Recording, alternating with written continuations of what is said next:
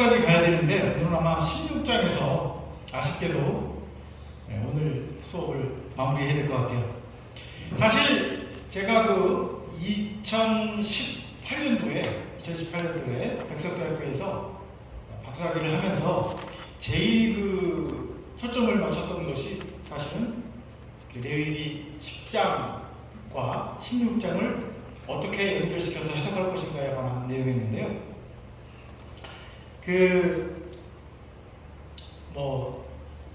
다행이죠.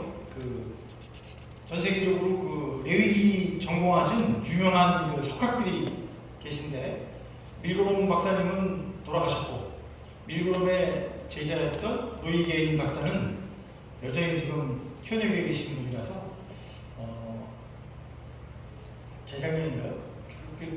나이가 연도가 헷갈렸는데, 그때 코로나 때 비대면으로 제가 노이게인 박사님이 발제를 하시고 제가 논찬을 하고 그분이 또 저한테 반론을 제기하는 그런 형식으로 이제 레위기 16장에 대해서 논의할 시간이 있었어요. 물론 이제 대면에서 했으면 주먹다짐하고 막 묵살 잡고 당기고 그랬을 것 같지는 않지만 하여튼 더 뜨거운 논쟁이 되었을 텐데, 코로나 시국이라 이제 비대면으로 했는데, 하여튼 중요한 거는 그분과의 이제 대화와 논의를 통해서 좀 더 그분에 대한 이제 논찬하는 걸 준비를 하면서 이제 좀 더 발전된 그런 형태를 가지고 이제 정리를 했던 거를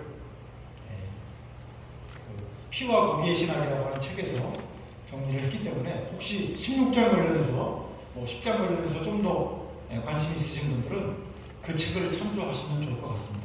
그 내용을 여러분들이 좀 생각하면서 간단하게 정리를 해보도록 하겠습니다. 자, 안타깝게도 레위기 10장과 레위기 16장을 연결해서 레위기를 해석하는 사람이 거의 없더라고요. 그래가지고 이제 제가 이 박사 논문을 쓰면서, 사실 박사 논문이라는 게 우리 지도교수님 말씀하신 따라 5%만 새로운 게 있고 5%만 학계에 기여를 해도 사실은 큰 연구라고 말씀하셨는데, 저의 그냥 개인적인 생각으로는 그 이상은 학계에 기여한 게 아니냐 그 생각이 들고, 또 그리고 그렇게 해서 노이게인 박사와 레위기 16장 관련해서 논쟁을 벌이게 돼서 좀 더 뭐라 그럴까요? 자신감이 붙다고 그럴까? 아니면 이거 좀 더 연구를 하는 것이 좋겠다는 생각을 갖게 됐다고 하는 거죠. 그래서 16장은 제가 앞서 말씀드린 것처럼 10장에서 벌어진 나답과 아비후 사건으로 인한 성소와 그리고 이스라엘 전체의 어떤 시체로 인한 부정을 해결하기 위한 그런 정화제의가, 속죄제의가 바로 그것이다라고 생각을 했다고 하는 거죠. 그래서 이제 아론이 온 회막을 자신과 백성의 속죄제물들로 정화하는 사건이 바로 16장에 있는 주된 사건이다, 그렇게 생각을 합니다. 그래서 그거의 과정은 제물의 피는 지성소에, 내성소에, 그리고 나머지 피는 번제단 아래에 붓고, 고기는 번제단에서 태우고 나머지는 진영 밖에서 모두 태운다. 아론은 백성의 죄를 고백하고 안수한 후에 백성이 낸 아사셀 염소를 진영 밖으로 보내고, 또 그리고 마지막으로 아론은 2마리의 순염소 번제를 번제단에서 태우는 것으로 마무리를 짓는다고 하는 거죠. 제가 지난번 강의를 하면서 하나 중요한 걸 빼먹었는데, 제사를 지낼 때마다 지워지지 않은 질문이 하나 있더라고요. 왜 번제단에서는 고기를 태우고 피를 뿌리거나 바르는데 내성소와 지성소에 들어가면 고기를 태우는 건 없고 피를 뿌리거나 바르는가라고 하는, 그게 이제 논문을 통과하고 박사학위를 받으면서 그 다음에 한국복음주의구약회에서 발표를 하게 됐어요. 그게 무슨 일이냐?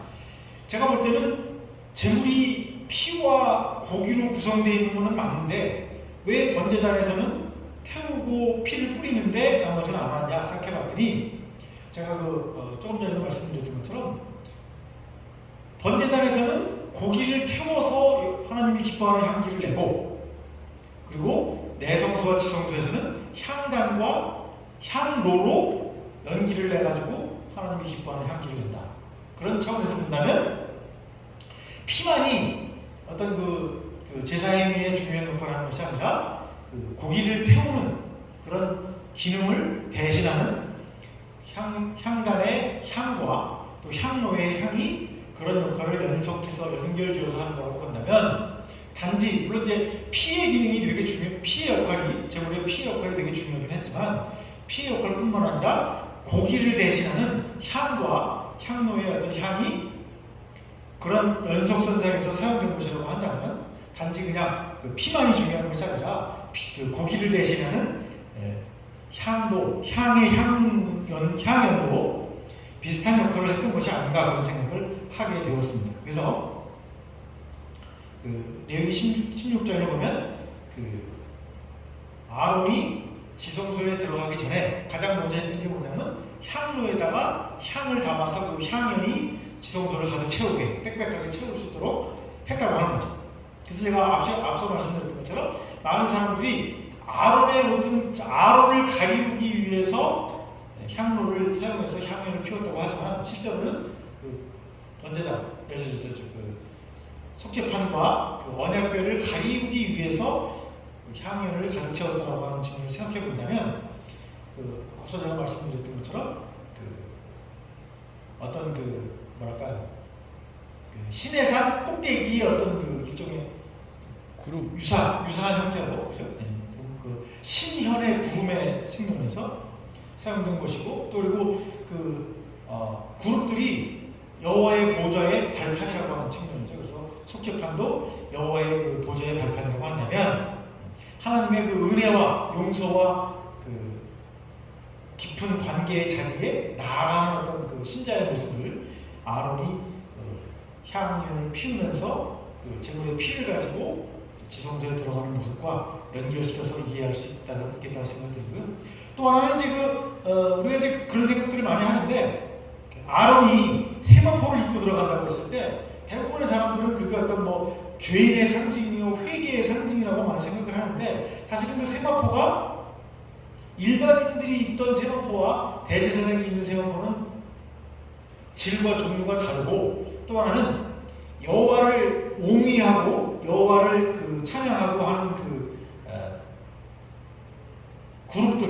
그룹들의 옷이 사실은 세마포의 옷이라고 하는 점에서 이 아론의 어떤 그 내성소와 지성소를 들어가는 것을 어떤 아론의 죄를 가리운다거나 아론의 어떤 회개의 모습을 취한다라고 하는 전통적인 해석보다는 하나님께 나아가는 어떤 그 차원에서 하나님의 어떤 그 임재의 상징인 연기, 그리고 어떤 천사를 대신하는 어떤 그 아론의 역할, 그런 모습들을 오히려 말해주는 것이 아닌가 생각이 들고, 사실은 그 휘장에서도 스랍들이 그려져 있고, 그 휘장 꼭대기에도 스랍들이 아로 새겨져 있고, 그리고 언약궤 위에도 스랍 그룹들이 새겨져 있는 것을 보면, 그런 차원에서 그 어떤 그 천상, 그렇죠? 하늘의 하나님의 성소에 대한 성소로 들어가는 것과 유사한 그런 형태를 우리가 볼 수 있겠고, 또 그것이 이제 그 히브리서에 보면 그 그리스도가 하늘의 성소에 들어가서 구속의 마무리를 짓는 그런 모습들과 비교해서 우리가 이해할 수 있게 되지 않았겠느냐, 그런 생각이 든다고 하는 거죠. 그래서 이제 2절에서 5절에 보면 대제사장이 이제 그 속죄제물을 준비하는 내용이 나오는데, 첫째는 몸을 씻고 세마포 겉옷을 입고 제물의 피와 불과 향로를 준비해서 들어간다고 하는 거죠.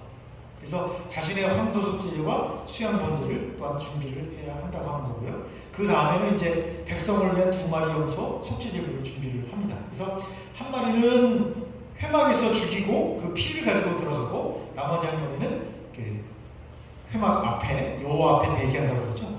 살려서 대기시킨 장면이 나옵니다.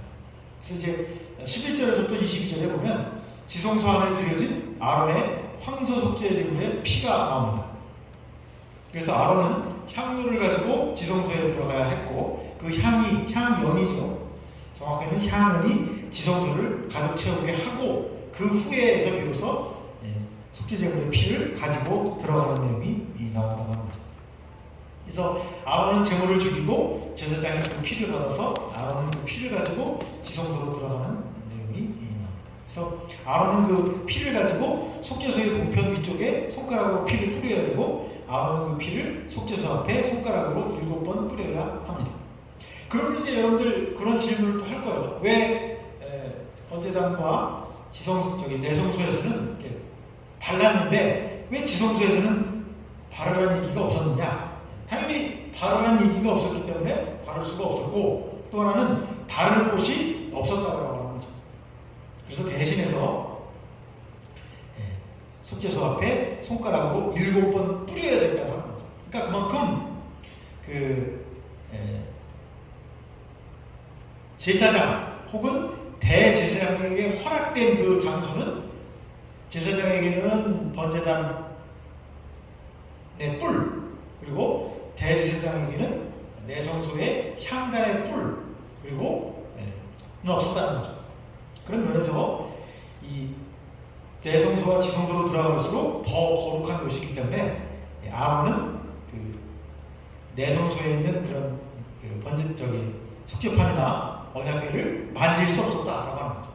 만질 수 없었기 때문에 그와 대등한 행동으로 7번 뿌렸다라고 하는 점이죠. 그래서 이 바르는 것을 대신 내 귀탱이에다가 피를 바르는 대신에 속죄소 앞에 손가락으로 7번 뿌려야 된다라고 하는 점이죠. 그래서 이와 같은 일을 이제 백성의 순념소의 제물의 피도 가지고 들어와서 이제 동일하게 행동하는 장면이 나옵니다. 그리고 또 그 16절, 17절을 보면 중요한 게 뭐냐면 아론이 회막에서 피를 뿌리는 작업을 하는 동안 그 누구도 들어와서는 안 된다라고 말하고 있다는 거죠. 그것도 사실은 어떻게 보면 당연한 얘기입니다. 왜냐하면 그 대제사장 외에는 내성소와 지성소에 아무도 들어갈 수가 없었기 때문에. 그래서 이 정화 행위를 하는 동안에 아무도 들어올 수 없었다는 말도 있지만, 또 하나는 다른 누군가로 들어오는 것이 허락되지 않았다는 점을 말한다고 할 수가 있겠습니다. 그래서 이제 아론의 그 회막 정화 사건은 지성소로 시작해서 내성소로 나오고 내성소에서 뜰로 나오는 그런 반대적인 순서로 진행되어 왔다고 하는 점을 알고 되게 되겠습니다. 그래서 피를 뿌려서 온 회막을 정화하고 그와 같은 과정을 통해서 회막을 거룩하게 해서 다시 제사에 사용될 수 있도록 하나님께 드리는 작업을 했다고 볼 수가 있겠습니다. 그리고 이제 7번 뿌리는 행위는 레위기 4장에도 나오지만 그 경우에는 이제 내성소에서 휘장을 하면서 했던 것이고, 16장에서는 지성소에서 7번 뿌리는 장면이 있기 때문에 장소의 차이점은 있지만 7번 뿌리는 행위는 레위기 4장에도 나왔다라고 하는 점입니다. 그러니까 이제 쉽게 말하면 레위기 4장의 경우에는 그 지성소를 향하는 휘장에다가 뿌린 거고, 16장에서는 그 내성소를 향하는 쪽을 향해서 피를 7번 뿌렸다는 점에서 차이가 있다고 할 수가 있겠고요. 이와 같이 정화하고 피로 오염을 씻고 피로 그 제단을 정화한 행위는 레위기 8장 15절과 유사하다는 점이 있습니다. 그래서 레위기 8장 15절에 재현이 아닌가 그런 생각을 하게 됩니다. 그 다음에 이제 20절에서부터 22절에 보면 회막에서의 정화 의식이 나옵니다. 여기서 이제 저는 제 논문에서 어떻게 해석을 했냐면, 그 성경 본문에 보면 이제 제가 여기서 그걸 좀 자세히 언급을 안 했네요. 네. 그래서 보면 회막 안에서의 부정과 그들의 모든 반역, 그리고 그들의 모든 죄라고 되어 있는데, 저는 이제 그거를 부정, 즉 그들의 모든 반역을 속죄제로 제거한다, 그런 식으로 저는 번역을 해왔어요. 그래서 사실은 그 레위기 16장의 가장 큰 논란은 소위 부정, 반역, 죄라고 하는 단어를, 세 단어를 어떻게 해석할 것인가가 결국 이제 이 레위기 16장 해석의 핵심이라고 보는데, 대부분의 사람들은 이제 부정, 반역, 죄를 전혀 다른 별개의 것으로 해석을 해왔다고 하는 거죠. 그래서 이제 어떤 사람들은 이제 그 말 그 자체로 부정, 그리고 그 로이 게인 같은 경우에는 1년 동안 쌓였던 그런 그 죄를 총칭하는 그런 측면에서 반역이라고 얘기를 하는 사람도 있고, 또 밀고로 같은 경우에는 제사로 처리되지 않은 그런 모든 반역들이 레위기 16장에서 한꺼번에 처리가 된다, 그렇게 보았지만, 저는 이제 부정과 반역을 동등한 부연설명으로 보고, 그 죄라고 하는 것을 그 하타트를 번역한 죄라고 하는 것을 죄라고 번역하지 않고 속죄제물로 번역을 해서, 속죄제물로 처리된 부정, 즉 그들의 모든 반역, 그런 식으로 이제 번역을 해서 이 회막에서 정화된 것은 바로 부정이라고 하는 것을 얘기를 한다고 저는 생각을 했고, 그것을 부정을 제거하는 그 수단이 바로 정화제물이다, 하타트라고 저는 그걸 생각을 했습니다. 그래서 레위기 16장에는 두 가지 의식이 행하는 거예요. 그러니까 아무도 보지 못하게 대제사장이 내성소와 지성소에서 그 부정을 제거하는 의식을 행하고, 사람들이 보는 앞에서 아사셀 염소를 가지고 그가 아론 제사장이 내성소와 지성소에서 제거한 것들을 함께해서 아사셀 염소에게 얹고, 아사셀 염소가 상징적으로 그것들을 진영을 벗어나서 정결한 진영을 벗어나서 광야로 가져가는 그런 의식을 행한 것으로 해서 두 가지 의식이 연결되는 것으로 저는 그렇게 해석을 했습니다. 이 두 가지 연결되는 해석을 어디에서 볼 수 있냐면, 레위기 14장에 보면 그 피부병 환자를 회복시키는 장면에서 두 마리의 새를 가지고 한 마리는 죽여서 그 피를 사용해서 그 부정한 사람에게 뿌리고 나머지는 살려서 보내는 것처럼, 이 피를 뿌리는 행위 자체가 14장에서는 이제 그 부정해졌던 사람에게 뿌리고, 혹은 부정해졌던 집에게 뿌려서 정화하고, 나머지 새를 살려보내서 그 정화된 부정이 제거되는 그런 형태의 구조를 이뤘던 것처럼, 레위기 16장에서도 마찬가지로 이렇게 피로 씻어내고, 한 마리는 죽여서 그 피로 씻어내고, 한 마리는 살려서 그 씻어낸 부정을 뜰로 보내는, 광야로 보내는 그런 형식을 갖고 있는 것으로 해석을 했습니다. 그리고 이제 또 하나는 이제 그것과 아울러서 21절에 아론이 이제 그 죄를 고백하고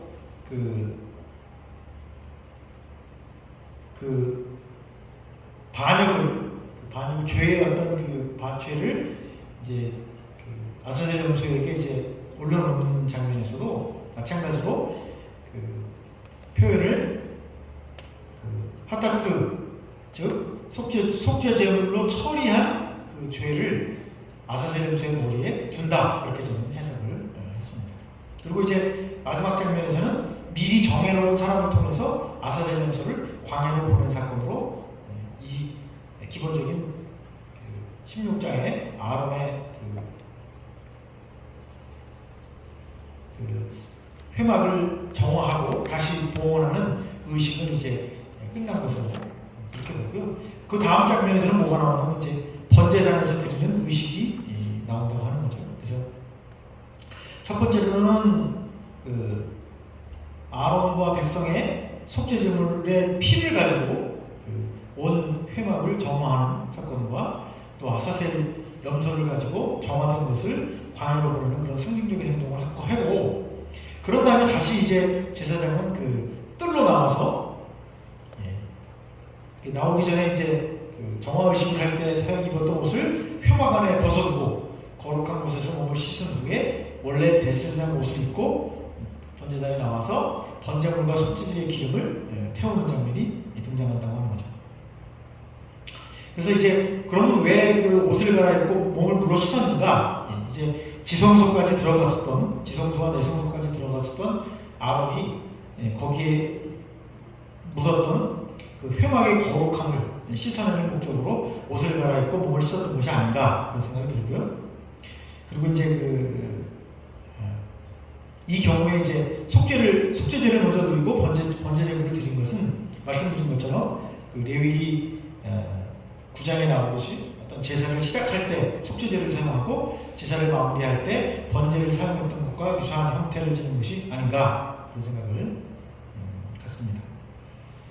그래서 뭐 그 순서는 사실 약간 뒤집혀질 수도 있는데 이 부정을 제거하는 의식의 특징이 뭐냐면 번제와 속죄제를 사용한다라고 하는 것이고 물로 씻는다라고 하는 것이 특징적으로 나타나고 있기 때문에 저는 레위기 16장의 그 제사가 죄를 제거하기 위한 제사보다는 부정을 씻어내는 제사로 이해하는 것이 더 적절하겠다 그런 생각이 들고요. 26절에서부터 28절에 보면 진영 밖에서 물로 씻고 진영 안으로 들어가는 일들이 여러 개 나타난다고 하는 거죠. 부정한 지역으로 나갔던 사람이 정결한 진영 안으로 들어오려고 할 때 행해야 할 일들이 바로 부정을 씻어내는 의식이었다고 하는 거죠. 그래서 이 물로 부정을 씻어내는 의식은 죄와는 상관없이 부정의 문맥에서만 사용된다는 점에서도 레위기 16장이 말씀드린 것처럼 부정을 제거하는 의식을 수행하는 것으로 우리가 이해할 수 있다고 하는 거죠. 그래서 첫 번째는 광야로 아사셀 염소를 데려간 사람도 부정을 씻어내는 의식을 하고 진영 안으로 들어오고 속죄제의 나머지를 진영 밖에서 정결한 곳으로 태운 사람도 부정을 제거하는 의식을 하고 정결한 진영으로 들어갔다 오는 거죠. 이것은 마찬가지로 부정해져서 진영 밖으로 나갔다가 들어올 때, 진영 안으로 들어올 때 정결 규례를 행하고 몸을 씻는 그런 사람의 어떤 피부병 환자의 정결 규례로도 많은 점에서 유사하다라고 하는 점이고, 뭐 이거는 이제 제가 앞서 말씀드린 것처럼 아론 제사장이 내성소와 지성소를 들어갔다가 나올 때 입었던 옷을 벗고 몸을 씻고 원래 제사장 옷을 입었던 것도 가장 거룩한 곳에 들어갔다가 나오는 거기 때문에 그 거룩함을 씻어내기 위해서 몸을 씻은 것이 아니냐 그런 생각이 들고, 이 지금 진영 밖에서 다시 들어오는 경우에는 반대로 부정한 곳에 있다가 정결한 곳으로 들어오기 위해서 물로 혹은 다른 여러 가지 방법으로 부정을 씻어내는 의식을 취한 것이 아니냐 그런 생각이 들고, 심지어 이런 씻어내는 의식은 진영 내에서 부정해진 사람들이나 그릇을 물로 혹은 다른 방법으로 씻어내는 의식에서도 우리가 잘 볼 수 있겠고, 그리고 제가 처음에 얘기했던 것처럼 레위기 6장이나 7장에 나오는 그 속죄제나 화목제의 경우에도 그죠? 그 거룩한 것과 접촉했을 때 그 씻어내는 그런 의식을 통해서 봐도 그런 그 거룩이라든지 부정의 경우에 적절하지 않은 상태에서는 물로 씻어내는 그런 의식을 취하는 것이 이 소위 부정과 거룩의 그 의식에 있어서 중요한 것으로 사용되는 것이 아닌가 그런 생각이 들고, 어떤 사람들은 뭐 이것이 뭐 죄를 씻어내는 의식이라고 생각하는 사람들도 있는데, 죄를 씻어내는 의식에서는 목욕을 하거나 그런 처리하는 내용이 레위기에 나오고 있지 않기 때문에 그런 부분은 좀 아니지 않는가 생각이 들고요. 마지막 이제 29절에서 34절이 있는데요.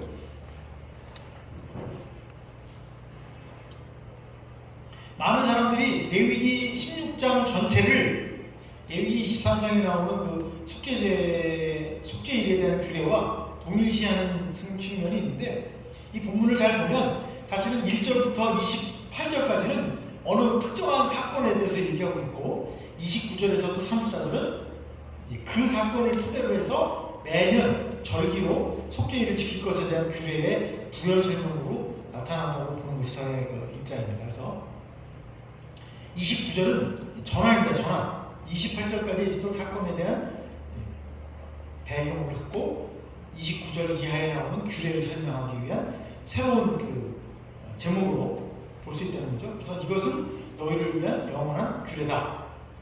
그래서 나답과 아비후 사건을 통한 회막을 정화하는 사건이 매년의 절기로 변경되는 내용을 다루고 있다. 그래서 성전 정화 사건은 구약에 보면 크게 두 가지 사건이 나타난다는 거죠. 열왕기에 의해서 히스기야와 요시야에 의해서 성전 정화 사건이 나타나고 있다고 하는 거죠. 물론 히스기야 사건과 요시야 사건은 매년의 절기로 들어가지는 않았지만 이례적인 사건으로는 히스기야와 요시야에 의한 성전 정화 사건이 지금 레위기 16장에 있는 성전 정화 사건과 연결고리가 있다고 하는 점이고요. 이처럼 이례적인 사건이 매년의 절기로 바뀐 경우들은 여러 번 등장한다고 하는 거예요. 첫 번째, 6월절입니다.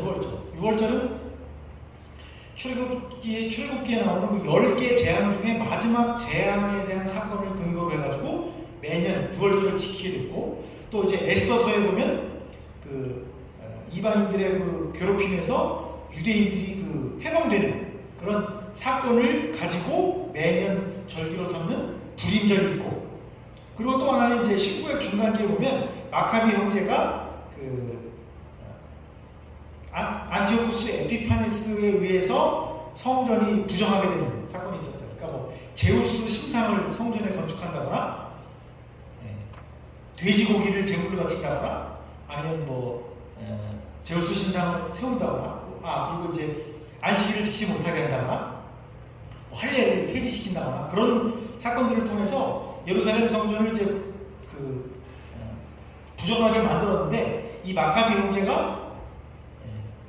반란을 일으켜가지고 성전을 정화한 사건이 있는데, 그걸 이제 히브리어로는 하누카라고 하고, 구약성 저기 레위 그 복음서에는 수전절이라고 나온다는, 수전절. 그때가 겨울이었더라.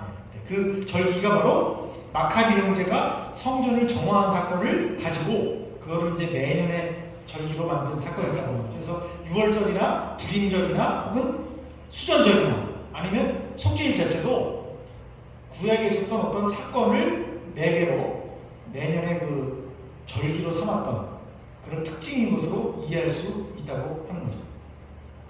그리고 또 하나는 그 매년의 절기를 언급하고 있는 그 레위기 23장이나 민수기 29장의 내용과 사실은 레위기 16장의 내용과는 잘 어울리지 않는다는 거죠. 그런 면에서 이것이 별도의 것을 얘기하고 있고, 특별히 29절에서 34절은 레위기 1장부터 28절에 대한 얘기보다는 레위기 23장이나 민수기 29장에 나오는 대속죄일과 관련돼서 우리가 이해를 해야 되겠고요. 그리고 이 매년의 속죄일에 드리는 제사는 번제와 소제와 전제와 속죄물을 드리는 내용이 나온다고 하는 거죠.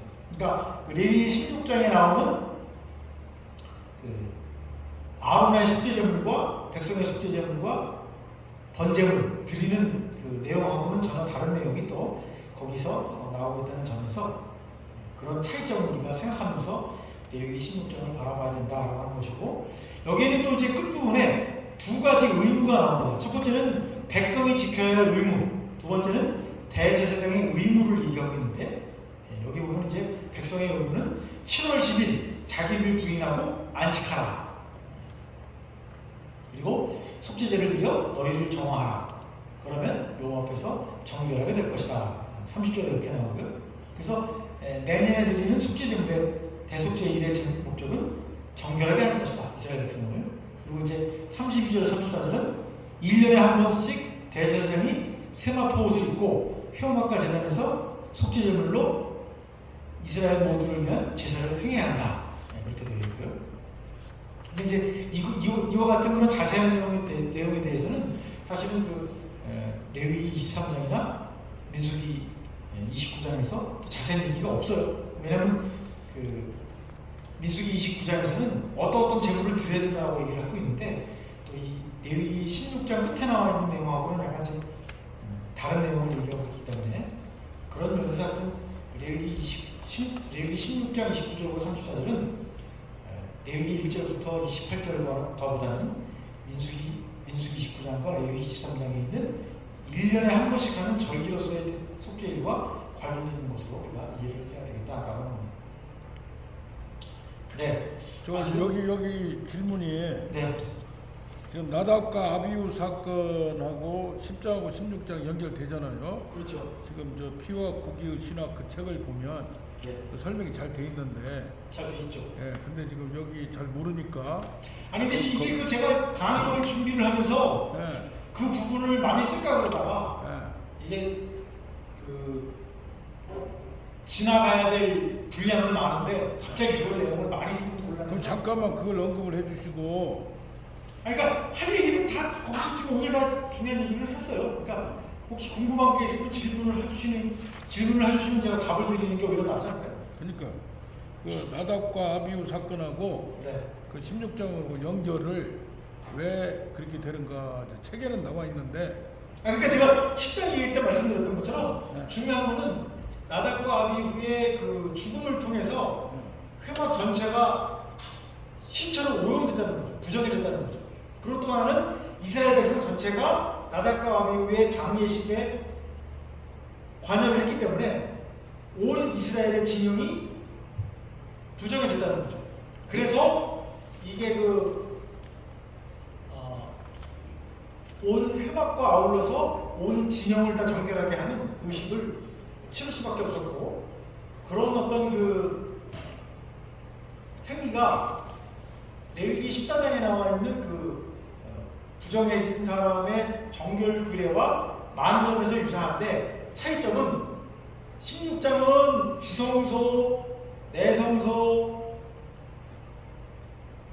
뜰, 그리고 진영을 지나서 광야로 가는 거고, 그 14장은 진영 바깥에서 시작해서 진영 안으로 들어간 거. 진영 바깥으로, 저기요. 진영 안은 새의 경우에는 진영 바깥에서 그 부정해진 사람을 피부병 환자를 정결하게 하고, 그리고 한 마리는 살려서 뜰로 쪽에 날려버리는 거예요. 그리고 이제 거기서 시작해가지고 진영 안으로 들어가고 회막 앞으로 들어가는 식으로 이렇게 바깥에서 안으로 들어가는 거고, 16장은 안에서 바깥으로 나가는 거예요. 그런 차이점은 있는데, 중요한 거는 괴물을 두 개를 사용해서 하나는 살리고 하나는 죽인다는 점에서는 또 비슷하고. 그러면 나답과 아비후를 통해서 회막이 부정해져서 11장, 15장까지는 샌드위치로 들어간 거고 바로 연결되는 그렇죠, 것이 그렇죠. 10장하고 16장 연결되는 건데, 근데 논리적으로는 그렇게 그러면 재단이 더러워진 것이 그 사람들에 의해서 또 그런 사건에 의해서 한 건데, 그럼 아사셀 염소 두 개를 만들어서 똑같은 염소를 해서 하나는 거기서 죽이고 피를 뿌리고, 죽이고 하나는 아사셀 살려 보내는 이유는 뭐예요?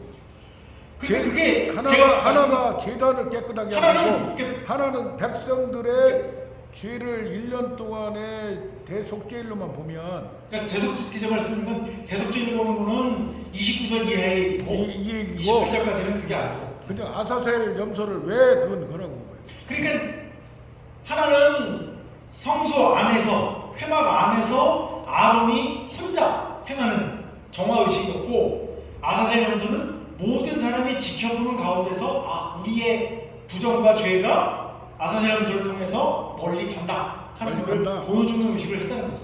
그러면 나답과 아비후 사건을 통하여 성전 전체를 정화해야 되고 백성의 모든 죄를 깨끗하게 해서 아사셀 염소를 했다 이거예요. 정확하게 이제 부정인 거죠. 부정. 네, 부정이. 근데 이제 그것이 대속죄일로 발전되면서 1년 동안에 부지 중에 지었던 모든 것들을 제단과 사람들에 대한 죄를 이걸로 다 털어버린다. 그거는 안 나와 있어요. 안 나와 있어요. 근데 지금 레위기 23장이나 네. 민수기 29장에는 안 나와 있어요. 그런 얘기. 그러니까 대속죄일이 생긴 배경은 나답과 아비후 사건인데, 그렇죠. 배경 그렇죠. 나중에 지금 설명한 대로 그때 6월절 지켰던 게 영월 지켜지듯이 그날을 대속죄일로 만들어서 매년 절기로 지키라 했다 이거죠. 그렇죠. 그 부분을 조금 어떻게? 근데 그거를 지금 설명을 드리려면 제가 말씀드린 것처럼 또 히브리어를 얘기하면서 히브리어를 여기서 얘기를 해야 되기 때문에 간단하게 말씀을 드리면 하여튼 중요한 거는 하나는 보이지 않게 보이지 않게. 정화하는 의식이 있었고 하나는 보이게 정화하는 의식이 있었다는 거죠. 왜냐하면 16장에 보면 살아있는 수념소나 가는 수념소나 똑같이 속죄제물이라고 부른다는 거예요. 근데 사실은 정확하게 말하면 속죄제물이라고 하는 것은 죽여서 번제단에서 태우고 그 피를 사용해야만 속죄제물인데 예. 16장에서는 살아있는 염소, 죽이는 염소와 살아서 보내는 염소 둘 다를 속죄제물이라고 부른다는 거죠. 그러니까 그런 면에서 두 가지가 쌍둥이처럼 작용한다는 것을 알 수 있는데, 그런 말씀하신 것처럼 왜 그럼 한 마리는 살려서 보내느냐? 그 똑같은 의식을 하나는 보이지 않게, 하나는 보이게 행동을 한다는 거죠. 근데 해석을 진영 밖으로 보내는 것이 이제 예수 그리스도의 진영 밖으로 보내서 십자가에서 죽음으로 해석을 많이 하더라고요. 근데 히브리서에서 그렇게 진영 밖으로 갔다는 거예요. 예, 예. 근데 여기 자체에서는 이제까지 제사를 거기서 피를 태우던 피를 뿌리든지 바르든지 뭐 그렇게 했는데 왜 아사셀 염소를 해서 그걸 했는가? 다른 제사가 완전히 다르단 말이에요. 그리고 그게 제가 말씀드린 것처럼 유사성은 14장에 나오고, 예. 그리고 뭐 어떤 일을 했을 때 뭐 몸을 씻는다든지 그런 것 자체는 표현이나 설명 자체가 죄를 해결한다기보다는 정확하게 말하면 부정을 해결하는 것으로 보아야 되기 때문에 저는 10장과 연결시켜서 16장을 본다는 거죠. 그게 말씀하신 것처럼 완벽하게 무슨 설명되는 그런 건 아니고, 제가 지금 계속 가설을 세워 설명을 하고 있는 건데, 그 정도 설명 정도면 완벽하지는 않지만 그래도 가장 적절한 설명이 아닌가 그런 생각이 들고요. 그래서 문제가 뭐냐면, 제가 말씀드린 것처럼 레위기 4장 5장에서는 속죄제만 드려요, 죄를 해결할 때. 근데 이게 이제 그 8장, 9장, 10장, 16장 그 이하에 가면 종합적으로 제물을 드린단 말이에요. 그러니까 개인적인 문제가 아니고 이스라엘 전체의 어떤 하나의 예식으로서 드리기 때문에 과연 그것이 개인적으로 드리는 제물과 동일한 역할을 하는지 아닌지를 확실하게 말하기가 어렵다는 거예요. 왜냐면 그 종합 소불 세트 같은 게 레위기 23장이나 민수기 28, 29장에 보면 계속 나오거든요. 그렇다면 그걸 좀 그렇게 보면 안 돼요? 그 피를 뿌린다든가 그런 것은 1년 동안에 자기가 이제 4장 5장과 같이 부지 중에 지은 거, 아니 자기가 인식하면서 깨달은 거, 그래서 죄를 고백하잖아요. 그래서 피를 뿌리고 바른 거고, 아사셀 염소를 보내는 것은 부지 중에 모르고 하는 것을 거기다 이렇게 광야로 가서 하는 걸로 해석하면 안 돼요. 그렇게 해석할 수도 있긴 있을 수 있는데 네. 설명이 없다는 거예요. 설명이 없다는 거예요? 16장의 특징이. 네. 그러니까 이제 제가 말씀드린 것처럼 그 밀그롬이나 로이게인 같은 경우에는 속죄 제물로 드리지 않았던 그런 죄를 일종의 바겐세이라는 것처럼 얘기하는데, 네. 성경은 그 어느 곳에서도 죄를 지은 사람이 제물을 드리지 않으면, 자기가 깨닫거나 자기가 보상하는 차원에서 제물을 드리지 않으면 죄가 용서받는다고 얘기하지 않고 있다는 거예요. 근데 갑자기 1년 동안 했던 거를 모아서, 혹은 제사를 지내지 않았던 거를 모아가지고 아론이 해결한다 라고 하는 것은 또 다른 해결해야 될 문제를 제기해 주는 거지, 16장의 문제를 16장의 설명을 해결해 주는 것이 아니라는 또 문제가 생긴다는 거예요. 근데 대속죄제의 그 개념이 1년 동안에 개인뿐이 아니라 전체 이스라엘 전체 공동체의 죄까지. 아니 그러니까 그거는 그 해석은 레위기 10장하고 관련되지 않아서 해석할 때만 그렇게 가능하다는 거예요. 안 할 때만. 그러니까 이제 문제가 논란의 거는 그거예요. 16장을 죄의 해결로 볼 거냐 부정의 해결로 볼 거냐의 차이인데, 그거를 얘기하려면 제가 앞서 말씀드린 것처럼 그 소위 그 뭐예요, 저기 부정, 반역, 죄라고 번역된 우리나라 성경에서 그 세 가지를 어떻게 해석할 것이냐를 해석을 해야 되는데, 그거는 제가 그 출간한 책에 한 두세 페이지 이상 얘기하고 저기 논의되어 있는 거기 때문에 그걸 제가 여기서 쉽게 설명하기 좀 어려운 부분이 있어요. 그러면 주입분이 아니라 부정까지 같이 1년의 대속죄죄의 개념이 1년 동안에 부지 중에 지은 거, 잘 알지 못하는 거, 그것까지 다 털어버리는 개념 아니에요? 그렇게 해석을 일부에서 그렇게 일부는 그렇게 해석하는데 그렇게 해석하기는 어려운 게 있죠. 왜냐면 백성들도 재물을 드리는데, 그잖아요.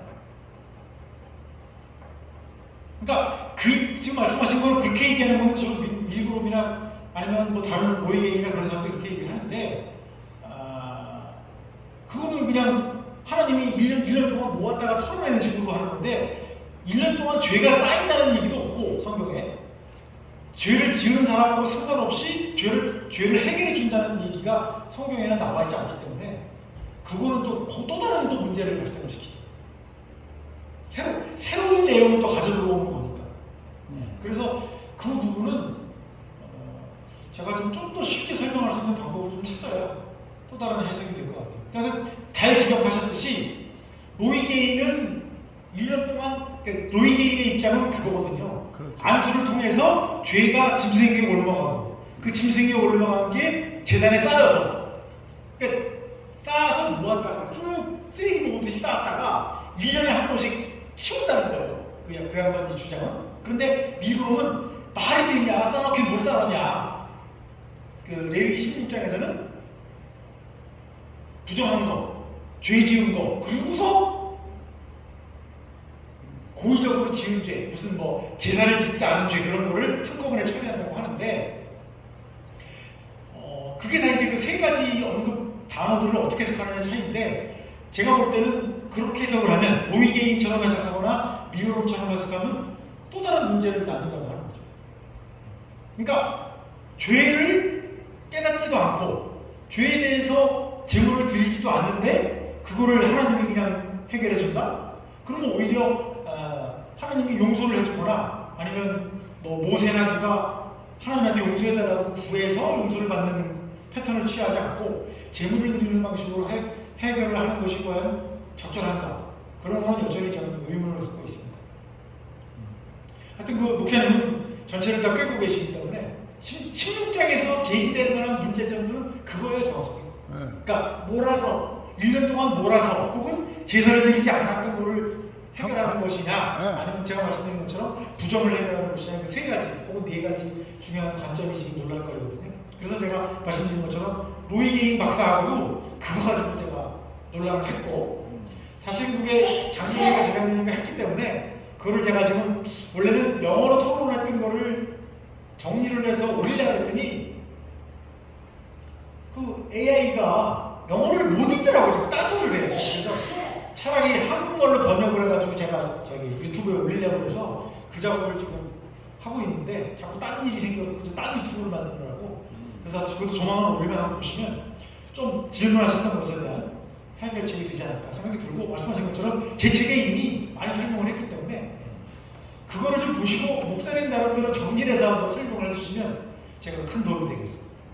하여튼 16장은 말씀하신 것처럼 어떤 사람은 레위기의 핵심이 16장이다, 혹은 어떤 사람은 오경의 핵심이 16장이라고 주장을 하는데, 저도 처음에는 그렇게 많이 가르쳤는데 그거를 10장하고 연결시키면 16장만이 아니라 10장하고 16장이 연결해서 구약의 레위기의 핵심이고 오경의 핵심이라고 볼 수가 있겠죠.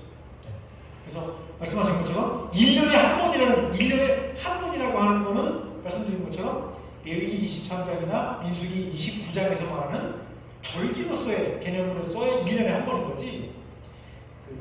예레미야서 레위기 16장은 이례적 사건이다. 근데 이례적 사건이 1년에 한 번 하면 절기로 바뀌었다. 저는 그러니까 오늘 절기로 바뀌었다는 거 그거 참 좋은.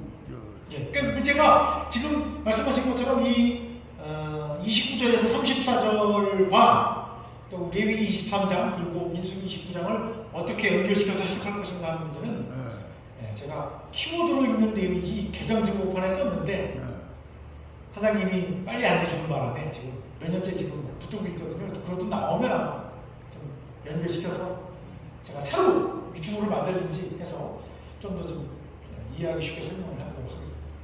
아유, 다른 질문 있으시면 좀 질문 좀 해주세요. 날이면 날마다 오는 것도 아니고 16장이 되게 중요하니까. 하여튼 그 목사님 질문도 제가 잘 이해를 했고 동영상 보시는 분 중에 또 궁금하신 분 있으면 댓글로 질문을 해주시거나 그러시면 제가 또 다 모았다가 다음번에 올 때 그 부분을 다시 한번 좀 네, 이 부분을 다시 한번. 네. 자, 그럼 마무리할까요? 기도. 기도하고 마치겠습니다. 네. 하나님 앞에 감사드립니다. 우리가 레위기를 공부할 때 많은 어려움과 많은 난점들이 있었지만 이 레위기를 알면 구약을 이해하고 복음서를 이해하고 사도행전을 이해하고 신약의 나머지 부분들을 이해할 수 있는 발판이 되고 또 우리가 하나님을 예배하고 또 하나님을 섬기고 또 거룩한 성도로서 살아가는 길에 원칙을 제시한다는 점에서 우리가 레위기를 다시 보고 또 새롭게 이해하려고 노력하였습니다. 우리가 오늘 완벽한 해답을 찾거나 완벽한 해결을 주지 못했다고 생각을 하지만 이 기회를 통해서 우리가 본문을 다시 한번 생각해보고 또 고민할 수 있는 시간을 주게 되게 하신 것을 감사를 드리며 또 우리가 다시 만날 때 또 우리 이 영성원과 또 목사님 하시는 사역과 우리 여기 모이신 성도분들과 또 방송을 통해서 듣는 모든 사역자들과 성도들이 그들이 간구하는 모든 것들이 주 안에서 잘 형통하게 이루어지게 하시고 또 이 모든 것들을 통하여 하나님의 나라와 그리스도의 영광이 또 그리고 그리스도의 몸된 교회가 더욱더 흥황할 수 있도록 인도하시고 축복하여 주옵소서. 모든 말씀 예수 그리스도의 이름으로 기도했습니다. 아멘.